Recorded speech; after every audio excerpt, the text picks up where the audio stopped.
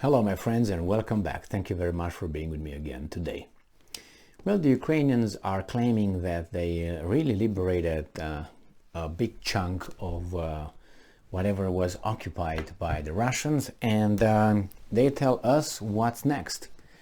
So this article comes from the New Voice of Ukraine from September 12, 2022. Kharkiv Oblast is free. Kherson is next, and the Zaporizhzhya nuclear power plant completely shuts down. Well, that happened before, right?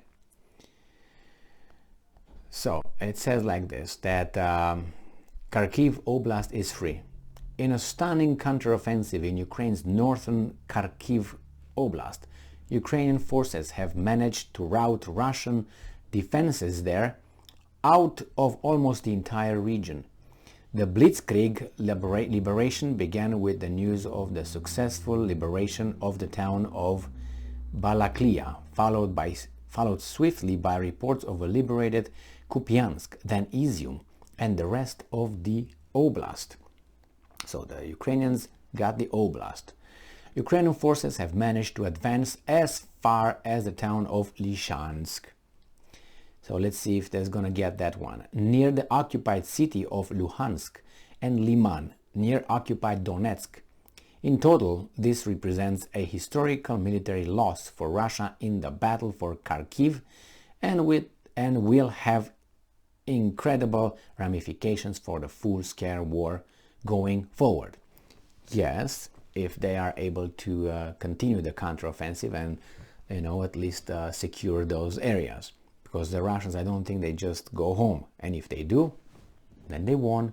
I'm talking about the Ukrainians, right? So, Russia has reacted to this loss by claiming that its utter withdrawal from the grand majority of Kharkiv Oblast was only an effort to regroup its units to reinforce its Donbas defense. This is, of course, a lie. Well, I don't know if it's a lie or not, but why would you, if you give up a portion of something that you already have, supposedly to what? To reinforce down. If you need to reinforce down, that means you're under attack as well, and you're afraid you're going to lose that one. So you picked out of two which one you're going to lose. So it's clear that you lost the first one. So yeah, you can tell me why you did it, but that means you would have lost the other one. So you picked from two, let me lose only the north one. Otherwise, what would be the if you're strong, you don't lose, either of these. You don't lose the north, you don't lose the south, you don't lose the middle, nothing. But the fact that you have to take it from the north to go to Donbas, that tells me you're in trouble over there as well. So Ukraine's rapid advance and unprecedentedly swift victory has not escaped the notice of Russian collaborators and agents in Ukraine. Denis Pushilin, the head of the Donetsk Puppet Authority, has reportedly fled the city, and his current whereabouts are unknown. There's a good news from the south, and it's the most important good news, said a spokesperson for the Ukrainian military's Operational Command South, and I'm quoting, "We are advancing, and that's obvious. We've advanced from 2 to several tens of kilometers deep into enemy's positions."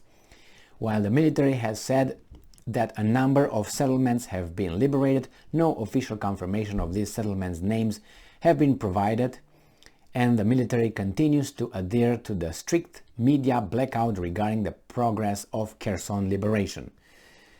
Well, the last functioning reactor number 6, has been put into cold shutdown following a decision by Energoatom. Ukraine's nuclear operator Energoatom was able to restore the plant's connection to the Ukrainian grid after repairing the shelling damage to the last remaining backup power line, but as a precaution decided to transfer the reactor to its safe state, the operator explained. So the region, which is majority ethnically Russian and Russian-speaking, has long relied on the presence of Russian troops to ensure its de facto autonomy from Moldova. Well, that is obviously the Transnistria. Well, the Transnistria, I think is, let me see what these guys are talking here. But according to Ukrainian intelligence, this relationship is quickly souring, failing mobilization efforts at home has forced Russia into a heavy reliance on foreign mercenaries, forcibly conscripted slaves from occupied Donbass. Well, now they go to the slaves thing. They can't take that because you have other people that own that term, so you can't take it from them. So unless you no, if the Ukrainians were able to take the whole thing, almost the whole thing here, the Kherson, the Kharkiv, and they go into Kherson, good for them. The only thing is it true? People say yes, it's true. I saw videos. I saw movies as well, and don't worry about that. I posted a video with the Ukrainians claiming that they reached a checkpoint, a border checkpoint with Russia, and I watched that video and I was like, I could make a video like that today and make it more credible than that one. So I don't know if these guys are advancing. Clearly they're advancing. I mean, there's no doubt about it. Clearly the Russians are retreating. That's no doubt about that. Now, what is the real numbers? I don't know yet, and how long the Ukrainians will be able to continue the counteroffensive, I have no idea. That remains to be seen. The thing is, I wonder how the Ukrainians still have, at least for now, the not the equipment, but the military personnel to advance. And remember, the danger with the blitzkrieg is getting too fast ahead of everybody else. And if they do that, they will risk to be encircled. That's exactly what the Germans were risking when they avoided the French Maginot Line, when they went too fast into French territory. The auxiliaries and all those the supply lines were left behind, and the V was getting too narrow, and it could be cut in two and then lost in space. So we'll find out. They got an oblast kind of fast, if you think about what, 2-3 days, 4 days, when they really broke through according to them, through the defensive lines of the Russian forces. That's very fast. I read another article where they said that the Ukrainians were able to conquer in these few days something that the Russians were attempting to conquer or to cover since April something. So is it swift? Yes, it seems like, but I don't know exactly how deep, not deep, how, you see the front is 1,300 kilometers.